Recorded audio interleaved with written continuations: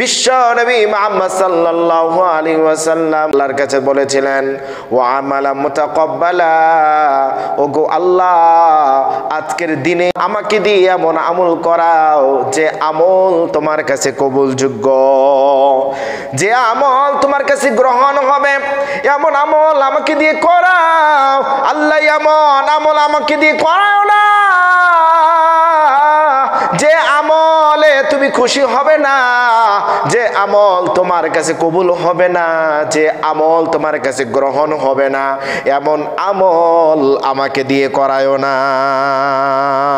আমি আমল পাহাড় সম পরিমাণ করলাম, কিন্তু আমলটা যদি রাসূল সাল্লাল্লাহু আলাইহি সাল্লামের নির্দেশিত যদি না হয়, রাসূল সাল্লাল্লাহু আলাইহি সাল্লামের সুন্নাহ মোতাবেক যদি না হয়, কাল কিয়ামতের দিন আপনার আমার আমল ধুলার ন্যায় উড়িয়ে দেওয়া হবে।